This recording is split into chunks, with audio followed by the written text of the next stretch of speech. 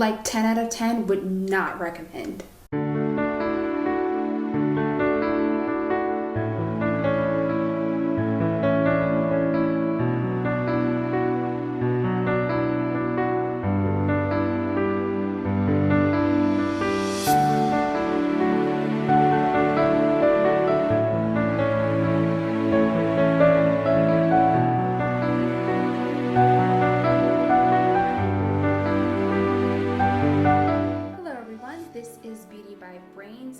Today we're going to have a little story time, and we're going to discuss how I got married during a pandemic and like what happened and why it was a great day as well as a terrible day and just everything that led up to it. So if you're just curious to just hear my experience getting married during a pandemic and like planning a wedding and then planning a second wedding and then having to plan another wedding, then just keep on watching.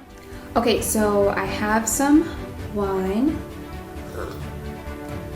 I did not mean to slurp like that. And I'm gonna light a candle. Light a little candle. This is Black Gold Luxe brand. And this is the candle Poetry, which is a pink hibiscus. But since I've been living on my, oh no, that didn't light. Hang on, 1 second please. Since I've been living with Boofing and not my house, I've been really getting into candles. And it's not like I can't have candles in my house, but honestly, it smells so good. I'm afraid that I'm gonna set my lashes on fire. Stop with the black smoke, you're fine, relax. Okay, yeah, candle. For settles. So yeah, it's not like I can't have candles at my house, it's just that at my house with my parents, my sister and her children live there, and she has a 3-year-old, and well, no, sorry, she's 4 now. But the 3-year-old really hasn't grasped the concept of candles yet. She thinks all the candles are birthday candles, and so anytime I light a candle, she blows it out. And so my mom has really just said, don't have candles lit if she's going to be around because you don't want her to get hurt or blow them out. So now that I'm living on my own with my husband, I can have all the candles I want. Okay, so pandemic wedding. So I have mentioned before, I'm from New York City. Boofing is actually from upstate New York. He's from Poughkeepsie, and so we had made the decision to have our wedding in New York City. And the reasoning is everything is closer, it's my day, and I compromised with him that if we have an Indian wedding, we'd have it in India. So that was the compromise for the locations, and I just wanted to have it in the city. Oh, and I wanted to have it at my church. Sorry, that was the main reason. I'm over here talking about compromises when honestly the real reason was I wanted to have it at my home church. It was the same church my parents got married in, and that is in New York City. And so I thought it would be very silly to have this wedding ceremony in Queens and then have the reception in Yonkers or something. I thought that was just really unfair. So we ended up having it in the city, and the compromise actually was that we had the engagement party in Poughkeepsie. I digress. So we got engaged in December of 2017. So with getting engaged in December of 2017, we immediately started thinking about dates and venues and ideas and everything. And so I am a really big fall girl. I love fall. Halloween is my favorite holiday. So I wanted a fall wedding. I wanted a September, October wedding. I wanted black and white colors or burgundies or really, really deep tones. And he wanted a spring wedding, a spring or summer wedding. And he wanted, bright pastels and just really happy, which I think is really funny because I feel like most guys, if they have an opinion, they really don't have an opinion about the tone of the colors. There's certain colors they don't want, but he was oh, let's do orange and pink, and I'm let's do black and red. So we were having an argument about it. I wanted fall, he wanted spring, back and forth. And finally he convinced me to do spring because in the fall, his birthday, my sister's birthday, my mother's birthday, my father's birthday, my uncle's birthday, Thanksgiving, Halloween, and Christmas are all within a 3-month period, which is fall. The only safe month is September. So he's like, do you really want to have a wedding, then have all these birthdays, and then all these holidays back to back to back to back? And I was like, no. So he went on spring. I definitely did not want a summer wedding. I did not want to be a June bride. So April felt a bit too early, so we picked May. So originally, when we were thinking fall, I wanted to do 2018. I felt that 2 years was enough time for me to plan a wedding. At that point, he would have graduated from school, and so, you know, he would graduate, and then we could have a wedding in October and be done. But since we moved it to the spring, if we had a spring wedding in May, we would basically get married, and then he would have to return to school. So that made no sense. So it's like, all right, let's do 2020. And here we are. So we picked 2020. May 2020. Rolled off the tongue, our date. Beautiful. And then everything, and then in March, the pandemic hit. And it was just we had planned so much, like everything was done. The girls had their dresses. I decided to get fake flowers because real flowers are so expensive. We got the fake flowers. We got the cake situated. We had the limo. Literally, all I had to do was just buy the favors. I picked out the favors. I just had to buy them. And we were done. And we were going to do a taste testing at the end of March, and it was all going to be cute. And then on March 21st, everything went to shit. So when the pandemic hit in March, when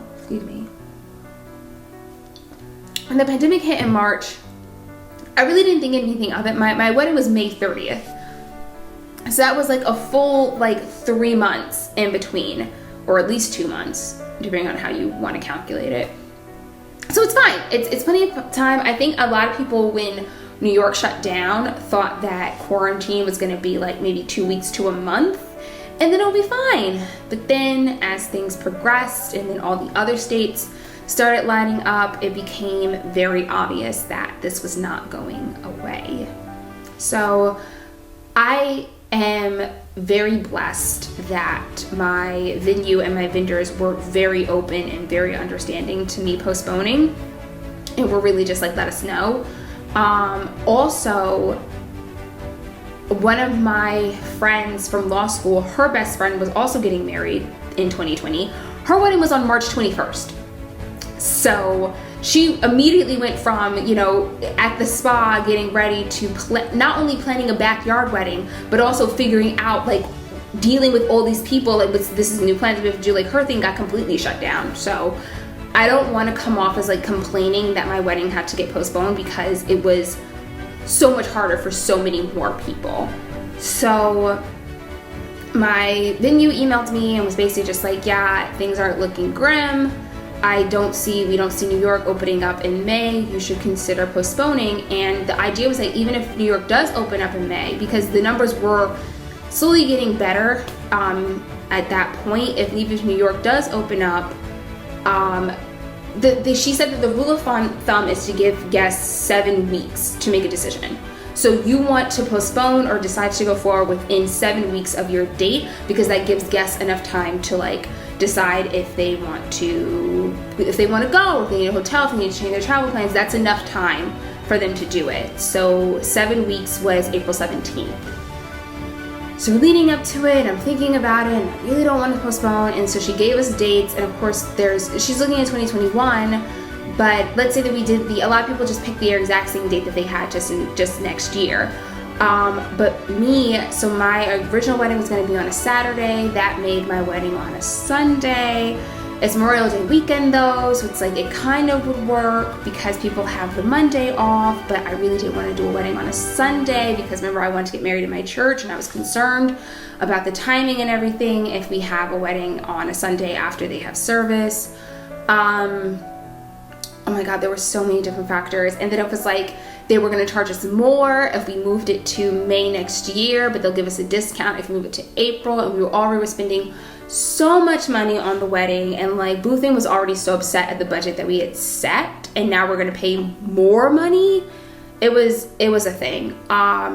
And so finally we asked to see the 2020 dates, and we were just, and like I talked to a bunch of people. It's not like I made this decision on my own. It was me boothing and our community of friends and family, and everyone kind of agreed that if you're gonna postpone to 2020, do it in the fall. And a lot of people like did that. A lot of people pushed it back to like fall and winter of 2020. So it was kind of funny because it was like, oh, I told you we should have picked a fall wedding. So I got October, but there were no October Saturdays open, which sucks because Halloween is on a Saturday, but it's okay. That was long gone. But there was a Friday, and a lot of people were like, I'd rather a Friday wedding than a Sunday wedding because, you know, I could do like a half day at work and then come in and then get sloshed and have the weekend. Or if people need to travel, you know, instead of having to leave the wedding and then travel right away, they can then have the weekend and stuff. So everyone agreed that Friday would be better. So we picked October 23rd, 2020 for our new date. And so that was settled, but there still was a question of what are we gonna do with May 30th? Because I really, really wanted to get married. I did not want to wait, you know, another 5, however many months it is, till October to get married. I liked my date. I wanted my date. I wanted to get married, but there was really no way for us to. New York was shut down. You can't get a marriage license. You need a marriage license to get married.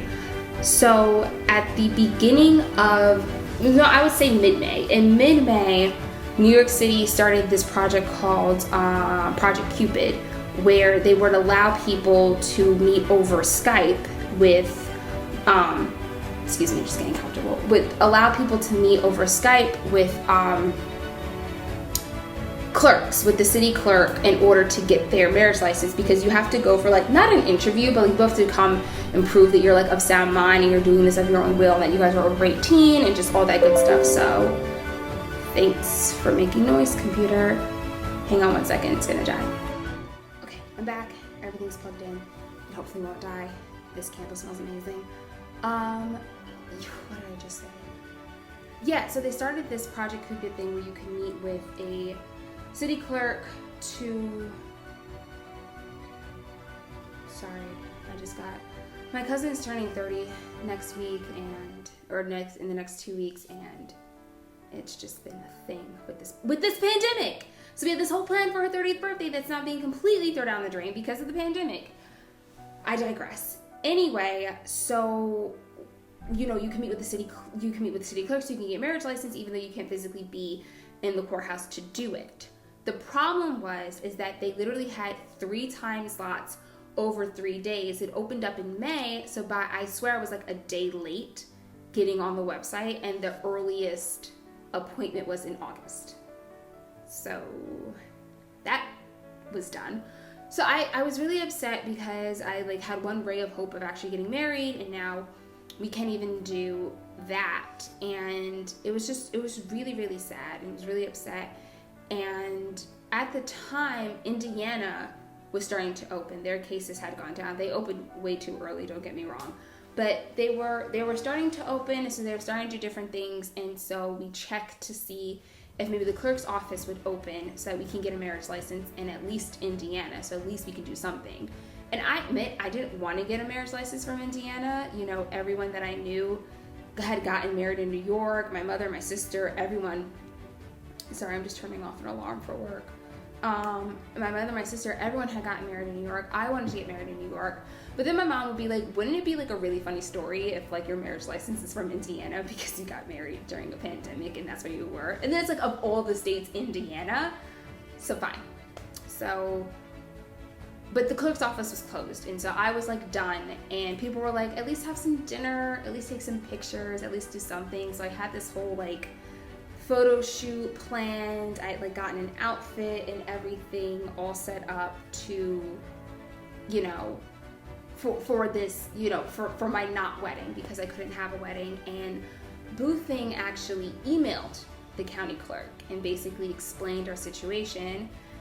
And the county clerk was kind enough to let us in because they were back in the office. The office just wasn't open to the public. And so they were like, look, come in, pay the money, bring your ID, wear a mask, and, you know, we'll get it done. So here's the problem. in my excitement to get a marriage license and to finally have a wedding and to move forward, I forgot that you have to get married in the state that you get the marriage license from. So we couldn't get married in New York. We had to get married in Indiana. This was, okay, so the wedding was May 30th. This was May 20th that we got the marriage license. So the clerk secretary lady that was there, she was like, look, like if you guys want, you're here. Like I can swear you guys in, you know, have you guys sign, you'll be married and call it a day. And me and Boothing both got cold feet about that, and which is so stupid. We were gonna get married in 10 days, but we weren't ready to get married that day. So we told them no, but we actually ended up regretting it because we actually found it was actually really hard to find a minister to then do the wedding because we couldn't get married in New York, and we had everything set for May 30th. And you know, the idea was that, okay, well, like get married here and then we'll do the full ceremony in New York, and like that will be our date, and that'll be the day that everyone will consider us, and it doesn't matter that we like technically got married earlier. Fine. So I go on, like, I forget what the website was called. I feel like it was like 3 Wise Words. It was something weird. It was like Craigslist, but like for professionals, and basically the idea was that you could look up like painters or carpenters or ministers to do your wedding. So I went on the website and just looked through it and found a guy. His name was Pastor Jay, super sweet, had an amazing beard. And he was from the Indianapolis area but was willing to travel to the Bloomington area to do our wedding. And he only charged us about like $40. And because he was like, I'm coming down to Bloomington anyway, and you know, all the money goes to his church, so it doesn't matter. And like other pastors were being like $100, $120. And I'm just like, look, I just need you to do you, I do, we're married. Like I bought ring pops for the occasion. Like it does not matter to me. It does not need to be fancy. And you know, he was the first person who was just like, yeah, I'll come through the house like 10 o'clock. We'll get it done. You'll be married and we'll have a good day. So on Memorial Day, May 25th, this man came over and in front of my family on FaceTime, married me and Boothing with ring pops, and it was cute. It was really cute. I think that me and him it didn't really hit us that like, so now it's official, like now we're officially married. I think we both were just like, okay, cool, like one less thing to do, all the plethora of other things that we need to do. So that happened on the 25th. We had flights to go to New York on the 28th, I want to say. It was if the 30th was a Saturday, I want to say it was the 28th, which was the Thursday. That was the day that we had planned, or maybe it was Wednesday, so the 27th. Anyway, that's when we had planned to fly over because he was going to go to his house, I was going to go to my house, and we were both going to separately prep for the wedding. So this wedding literally came about on May 20th when we officially got the marriage license. That's when we were like, okay, go. So in that time, Boothing's family lives upstate. So upstate was open a bit more than New York City, and they had this huge yard and everything, and so they really did nice. So they set up, they rented a tent, they rented chairs, tables. We invited my immediate family and my cousins. He invited his immediate family and his cousins, which actually ended up being like 30 people. And then we invited everybody else on Zoom. And literally it was like word of mouth. Like he created the Zoom link and I was texting everyone, and my mom was texting everyone, and he was texting everyone. So like everyone got the Zoom link for the 30th, like 2 o'clock. And so for me, we were always going to do a Christian wedding and then an Indian wedding, but since we're doing this at home, we decided it'd be easier to combine the two. So what we did is at first we did a very simple Christian ceremony. My aunt is ordained, so she actually did the ceremony, and it was really nice. We would really just walk down the aisle, you know, say the vows and call it a day. No sermon, no colloquy, just go. And after that, we then did the Indian ceremony, and he got his like hometown priest to come. It's called a pundit in Hindi, or in Hinduism. Yes, Hindi is the language, Hindu is the religion. In Hinduism, a priest is called a pundit. So he got his local pundit to come and marry us, and they got like all the accoutrement that you need to have an Indian ceremony. We had the fire, we had the rice, like the chairs, the stools, everything else we had for it. It was really nice. It was really well put together, even though we were under this tent in like upstate New York. As far as outfits are concerned, for boothing, you know, he just grabbed a black suit that he had laying around. We had to like run and get it dry cleaned. He had a black suit laying around, white shirt laying around. I unplugged my computer again, it's fine. So that was his ensemble. And then for our Indian engagement party, he had an Indian outfit. I forget what the proper name for it is called. And so he just wore that, and his mom got him some extra accessories. Like he has to wear a particular hat with a scarf. So she got him those for the actual ceremony. For me, luckily, I honestly had happened to have a white like cocktail dress in my closet. You know, I sing in a choir, and so a lot of the times they have you have to wear white or wear a certain color. So I have a lot of like random church appropriate dresses in different colors. So I had the white dress. It was lacy. It was really nice. I just threw a sweater on because it was spaghetti straps, and my aunt's a bit more conservative about, you know, how you should dress in a church. So I had some, I didn't want to wear my wedding shoes, so I had some gold heels from another like party that I went to, and that was, I just bought a veil off of Amazon. It was really cute, actually. I'll throw up some pictures of it, but it was cute. It was like a two-sided little like shoulder veil thing. It was really nice. And yeah, Boothing had bought me some pearls for our anniversary last year, so I wore my pearls and I had my jewelry, and we got married, or had a wedding at least. And then for the Indian ceremony, so for the Indian ceremony, I had actually ordered Indian outfits for us, like because basically we were just like, let's order it just in case we're gonna do it, and then when it ended up not working out, it was fine. But because of the pandemic, they didn't get here in time, or they actually I actually ended up canceling the order because they still wouldn't have gotten here, and it's August. So we canceled that order. He ended up wearing the outfit from the engagement party, and I actually had a couple of outfits that I hadn't worn, like a couple of lehengas that I hadn't worn from different events that his family threw, that I ended up wearing a different lehenga. So I had a navy lehenga with a pink scarf, and I had a pink and burgundy lehenga with like a pink scarf. And so normally the bride is supposed to wear red at an Indian or a Hindu wedding, but I wore pink and burgundy instead, which is close enough to red.